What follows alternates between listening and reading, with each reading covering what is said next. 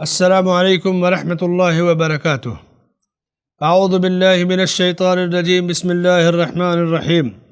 شہر رمضان الذی انزل فیہ القرآن ھدی للناس وبینات من الھدی والفرقان فمن شہد منکم الشہر فلیصمہ ومن کان مریضا او علی سفر فعدۃ من ایام اخر یرید اللہ بکم اليسر ولا یرید بکم العسر ولتکملوا العدۃ ولتکبروا اللہ علی ما ھداکم ولعلکم تشکرون۔ رمضان کا مہینہ وہ مہینہ ہے جس میں قرآن نازل کیا گیا، لوگوں کی ہدایت کا ذریعہ ہے یہ قرآن، جس میں ہدایت کی اور حق و باطل کی تمیز کی نشانیاں موجود ہیں۔ پس تم میں سے جو شخص اس مہینے کو پالے اسے روزہ رکھنا چاہیے، ہاں جو بیمار ہو یا مسافر ہو اسے دوسرے دنوں میں یہ گنتی پوری کر لینی چاہیے۔ اللہ تعالیٰ کا ارادہ تمہارے ساتھ آسانی کا ہے، سختی کا نہیں۔ وہ چاہتا ہے کہ تم گنتی پوری کر لو اور اللہ کی دی ہوئی ہدایت پر اس کی بڑائیاں بیان کرو اور اس کا شکریہ ادا کرو۔ ناظرین کرام، یہ سورہ البقرہ کی آیت نمبر 185 ہے، جس میں اللہ تعالیٰ نے بندوں سے خطاب کر کے کہا کہ شہر رمضان الذی انزل فیہ القرآن، رمضان کا مہینہ، رمضان شعبان اور شوال کے بیچ میں جو مہینہ ہے اسی کو رمضان کہتے ہیں، اور رمضان سخت بھوک اور پیاس کی وجہ سے اس کو رمضان کہا جاتا ہے۔ فرمائے کہ اس مہینے میں اللہ نے قرآن نازل کیا، یہ قرآن لیلۃ القدر میں اس کا نزول ہوا، لیلۃ القدر میں اللہ تعالیٰ نے اس قرآن کو نازل کیا اور اس کے بعد اس کے نزول کا آغاز رمضان سے ہوا۔ لوح محفوظ سے سمائے دنیا تک اللہ نے اس کو رمضان میں اتارا، اور پھر جہاں جیسے جس آیت کی ضرورت پڑتی وقفے وقفے سے اترتے رہا، یعنی اللہ نے اس کو محفوظ کر دیا اور اس کے بعد وقفے وقفے سے یہ قرآن اتارا جاتا رہا۔ قرآن کیوں اتارا گیا اس کا ذکر کیا کہ ھدی للناس، یہ قرآن لوگوں کی رہنمائی کے لیے، لوگوں کی گائیڈ لائن کے لیے، لوگوں کو سچائی کا راستہ بتانے کے لیے، لوگوں کو گمراہی اور فتنہ اور فساد سے بچانے کے لیے اتارا گیا۔ جب انسان کے پاس گائیڈ لائن ہوتی ہے تو بھٹکتا نہیں ہے۔ آج کیسے آپ دیکھیں گوگل میں آپ کہیں سفر کریں تو آپ میپ رہتا ہے اس سے منزل تک پہنچ جاتے ہیں۔ جب گوگل نہیں تھا تو لوگ یہاں گاڑی سے روک کے راستہ پوچھتے، وہاں پوچھتے، وہاں پوچھتے، 10 بار پوچھتے تھے، ہے کہ نہیں؟ یہ قرآن کہا کہ ھدی للناس، یہ لوگوں کی رہنمائی، عبادت کرنا چاہے اس کے لیے رہنمائی، ایمان لانا چاہے اس کے لیے رہنمائی، اللہ کے نبی سے محبت کرنا چاہے اس کے لیے رہنمائی، آخرت کی زندگی کو سمجھنا چاہے اس کے لیے رہنمائی، اور توحید کو سیکھنا چاہے اس کے لیے رہنمائی، شرک کی خطرناکی کو پہچاننا چاہے اس کے لیے رہنمائی، سنت کیا ہے، سنت سے محبت اس کے لیے رہنمائی، پچھلی قوموں کے واقعات، ان کے حادثات، ان کی نافرمانیوں پر عذاب، جب اس کا ذکر سننا چاہے تو رہنمائی، ہر قسم کی رہنمائی اس کے لیے اس قرآن کے اندر موجود ہے۔ اور حق اور باطل کی تمیز، آپ حق اور باطل کو پہچاننے کی صلاحیت اسی وقت آپ میں پیدا ہوگی جب آپ قرآن کریم کو اچھی طرح سے پڑھیں گے، سمجھیں گے۔ وہ شخص جس کے سامنے قرآن نہیں ہے یا جس کی زندگی کے مطالعہ میں قرآن مقدس نہیں ہے، وہ حق اور باطل کو اچھی طرح کبھی نہیں پہچان سکتا، اس لیے کہ قرآن کریم حق اور باطل کو پہچانوانے کا ایک ذریعہ ہے۔ اللہ کے رسول صلی اللہ علیہ وسلم کی سنت مبارکہ، حدیث مبارکہ، یہ اس قرآن کی تفسیر ہے۔ تو قرآن اور سنت دونوں چیزیں لازم و ملزوم ہیں، اور حق و باطل کو پہچاننے کا یہ ذریعہ ہے۔ کسی بھی بدعت کو پہچاننا ہے، شرک کو پہچاننا ہے، گناہ کو پہچاننا ہے، نافرمانی کو، تو اللہ کے کلام اور نبی کے فرمان سے ہی آپ پہچان سکتے ہیں۔ تو یہ چند آیتوں میں، آیت کے ابتدا میں اللہ نے اپنے قرآن کا، کلام اللہ کا ذکر کیا اور اس کا ایک مختصر تعارف کرایا کہ رمضان میں اترا ہے اور اتارنے کا مقصد لوگوں کی رہنمائی کرنا اور ہدایت دینا ہے، اور حق اور باطل کو اچھی طرح سے بیان کرنے کا ایک ذریعہ ہے۔ واضح علامتیں، واضح نشانیاں اس قرآن کے اندر موجود ہیں، پڑھنے والا دونوں میں اچھی طرح فرق کر سکتا ہے۔ اس کے بعد پھر رمضان کا ذکر کیا کہ دیکھو جو بھی رمضان کا مہینہ پائے وہ روزہ رکھے، یعنی رمضان کا مہینہ پانے والا اب با اختیار نہیں رہ گیا، جیسے ابتدائی اسلام میں تھا کہ روزہ نہ رکھو فدیہ دے دو، اب نہیں، اب آپ بیمار نہیں ہو، مسافر نہیں ہو، کوئی عذر نہیں ہے تو آپ کو روزہ رکھنا ہے۔ وہ سہولت جو بالکل ابتدا میں تھی وہ ختم کر دی گئی، اور گنتی کو پوری کرو، اور اللہ تعالیٰ نے جو ہدایت تمہیں دی تو اللہ کی بڑائی بیان کرو، اللہ کا شکر گزار بندہ بن کر کے رہنے کی ٹریننگ حاصل کرو۔ بڑائی بیان کرنا ہی یہی شکر گزاری ہے۔ جو جتنا زیادہ اللہ کی بزرگی اور بڑائی بیان کرے گا، وہ بڑائی اور بزرگی بیان کرنا ہی اس کی شکر گزاری ہے۔ تو سورہ البقرہ کی آیت نمبر 185 سے جو چند فوائد اور مسائل سامنے آتے ہیں۔ پہلا مسئلہ، روزہ اللہ کی طرف سے فرض ہے، جس طرح سے توحید، نماز، زکوٰۃ اور حج اسلام کا رکن ہے، اسی طرح روزہ بھی اسلام کا ایک رکن ہے۔ روزہ رمضان کے مہینے میں فرض ہے، رمضان کے مہینے ہی میں فرض روزہ رکھا جائے گا، جس طرح نماز اپنے وقت پر فرض ہے، آگے پیچھے آپ ادا کریں گے، دن ڈوبنے سے پہلے مغرب پڑھ لیں گے تو نماز باطل ہے، سورج نکلنے کے بعد اگر فجر کی نماز پڑھیں گے نماز باطل ہے، یعنی جماعت کی نماز، یعنی امام ٹائم چینج کر لے۔ ہاں جو سو گیا ہو، بھول گیا ہو تو اس کو کبھی بھی جب بھی یاد آئے نیند سے بیدار ہو پڑھے، لیکن عام حکم ظہر کا وقت داخل ہونے سے پہلے آپ ظہر پڑھ لیں، نماز باطل ہے۔ کسی بھی نماز کو وقت سے پہلے پڑھیں گے تو وہ باطل ہے۔ عبادتوں میں بھی حج کو آپ 9 ذی الحجہ کے بجائے 5 ذی الحجہ کو عرفہ میں ٹھہر کے چلیں، حج باطل ہے، 9 کو ٹھہرنا ہے۔ روزہ شہر رمضان میں رکھیں گے تبھی یہ فرض روزہ ہوگا، اس کو بھی اللہ نے وقت کے ساتھ جوڑ دیا ہے۔ دوسرا مسئلہ، قرآن کریم کا نزول رمضان میں ہوا، اللہ کے رسول صلی اللہ علیہ وسلم پر نزول کا آغاز، وحی کا آغاز رمضان میں ہوا۔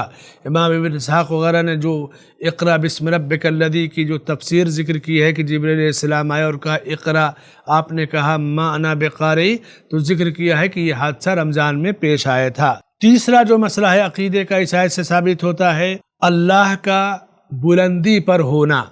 کوئی چیز جب نازل کی جاتی ہے، اتاری جاتی ہے، تو اوپر سے اتاری جاتی ہے، نیچے سے چڑھائی جاتی ہے، اوپر سے اتاری جاتی ہے۔ کہا شہر رمضان الذی انزل فیہ القرآن، رمضان کے مہینے میں قرآن نازل کیا گیا، اتارا گیا۔ یہ قرآن اللہ کا کلام ہے، اللہ کا عرش کی بلندی پر ہونا، یہ عقیدے کا مسئلہ، یہ تیسرا نمبر یہ فائدہ ثابت ہوتا ہے۔ چوتھا فائدہ، چوتھا مسئلہ، اس قرآن کے نزول کا مقصد، قرآن کیوں اتارا گیا؟ ھدی للناس، لوگوں کی ہدایت کے لیے، رہنمائی کے لیے، راستہ بتانے کے لیے۔ اب اگر ہم پڑھیں گے اور سمجھیں گے نہیں تو ہم کیسے راستہ سمجھیں گے؟ کوئی آپ گوگل کا میپ جیب میں رکھ لے، موبائل پہ نہ لگائے اور بولے میرے پیکٹ میں ہے، وہ راستہ پائے گا؟ نہیں پائے گا۔ آپ قرآن کریم کو رہنمائی کا ذریعہ سمجھتے ہیں، رہنمائی اسی وقت پائیں گے جب اس کو پڑھیں گے اور سمجھیں گے۔ حق اور باطل کو لوگ ملا جلا دیتے ہیں، گڑبڑ کر دیتے ہیں، تو اس کو آپ کیسے فرق کریں گے کہ حق کیا ہے، باطل کیا ہے، صحیح کیا ہے، غلط کیا ہے؟ یہ قرآن کے ذریعے فیصلہ ہوگا۔ وَبَيِّنَاتٍ مِّنَ الْهُدَى وَالْفُرْقَانِ۔ پانچواں مسئلہ، اللہ تعالیٰ نے قرآن میں تدبر کرنے کی دعوت دی، غور و فکر کی دعوت دی۔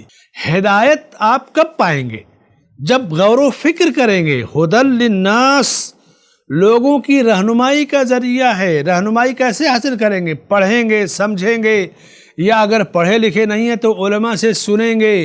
یہ جو آپ کے سامنے تفسیر قرآن کا یہ شیڈول دیا جا رہا ہے i+ کے ذریعے، یہ اسی لیے بیان کیا جا رہا ہے تاکہ جو لوگ پڑھنا لکھنا نہیں جانتے، فرصت نہیں ہے، تو پھر علامہ محمد بن صالح العثیمین رحمۃ اللہ علیہ اس صدی کے بہت بڑے فقیہ تھے، ان کی تفسیر کی روشنی میں یہ پروگرام بنایا گیا کہ قرآن کی عام فہم تفسیر عوام کے سامنے i+ چینل کے مادھیم سے پیش کی جائے، تاکہ مسائل کیا ثابت ہوتے ہیں، فوائد کیا ثابت ہوتے ہیں، آسان زبان میں قرآن کو آپ سمجھ سکیں۔ یہ اسی سلسلے کی ایک کڑی ہے۔ ھدی للناس، قرآن میں غور و فکر کرنے کا اللہ نے پیغام دیا۔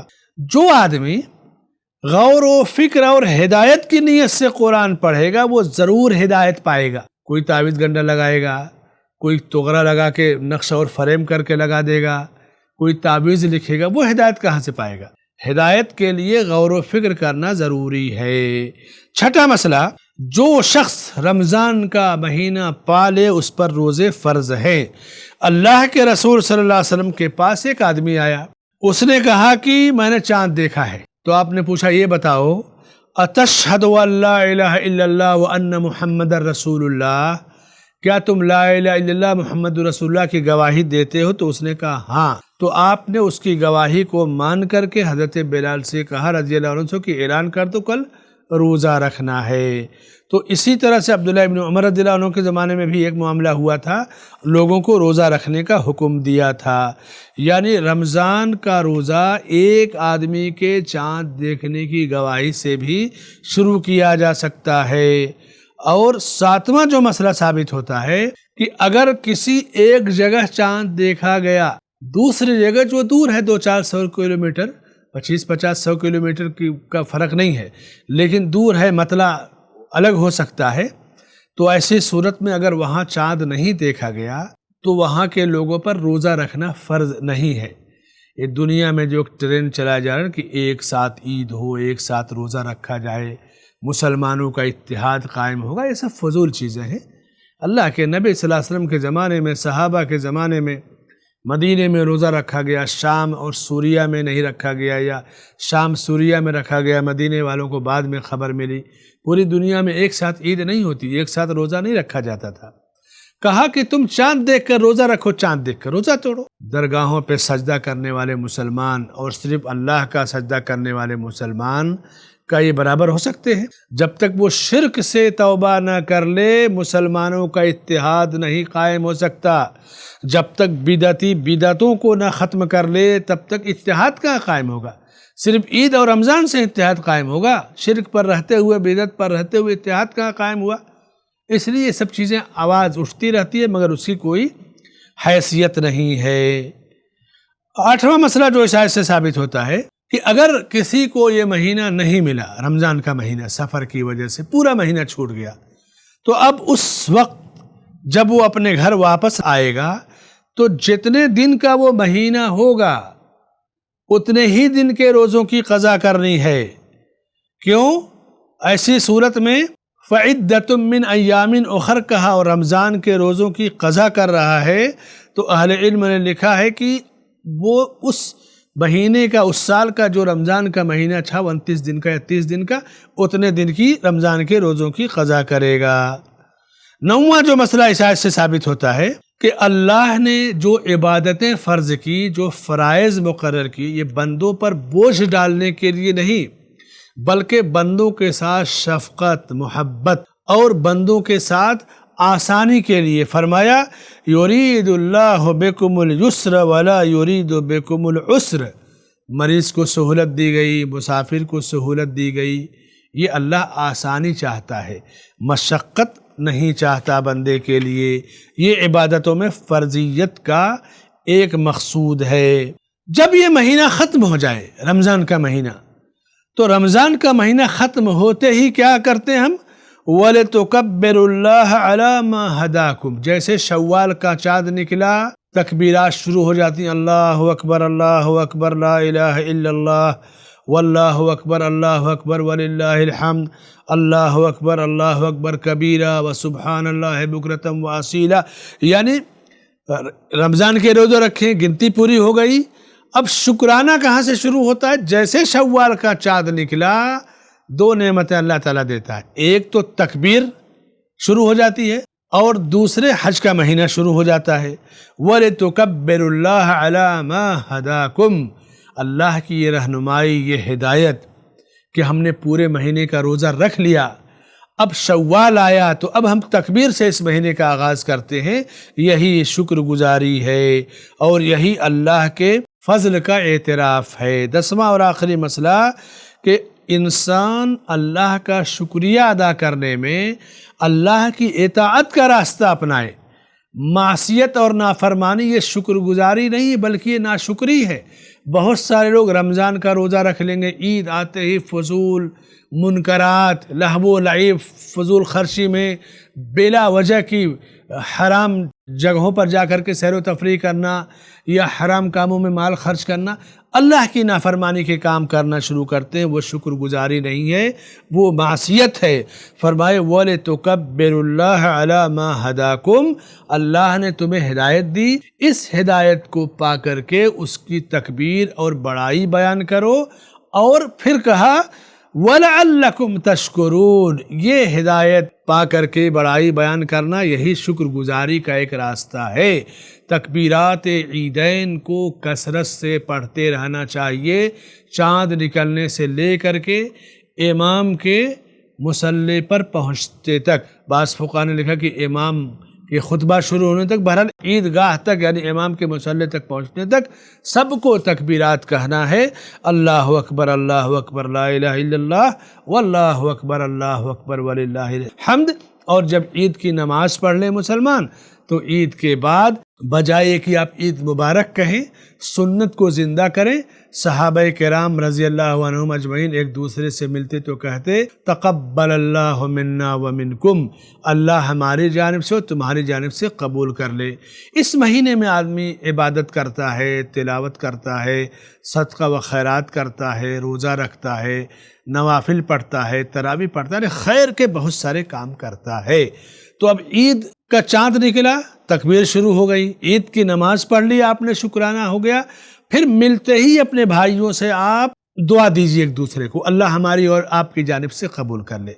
اس کے بعد کھانا پینا کھائیے، آپ گلے ملیں، پیشانی ملائیں، ہاتھ ملائیں، یہ سب عادتیں ہوتی ہیں الگ الگ جگہوں کی، اس میں جو جس طرح کرنا چاہے آزادی ہے، لیکن دعا تقبل اللہ منا ومنکم یہ کرتے رہنا چاہیے۔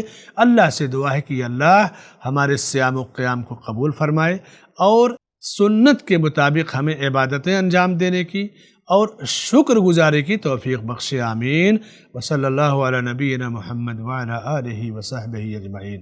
ناظرین کرام، ہمارے ساتھ جڑے رہنے کا اور آپ کی نوازش کا بہت بہت شکریہ، اور انتظار کیجیے انشاءاللہ قریب ہم اگلی مجلس میں سورہ البقرہ کی آیت نمبر 186 کے ساتھ حاضر ہوں گے، جس میں اللہ نے دعا کی قبولیت کے بارے میں بتایا ہے۔ جب تک کے لیے اجازت دیجیے، السلام علیکم ورحمۃ اللہ وبرکاتہ۔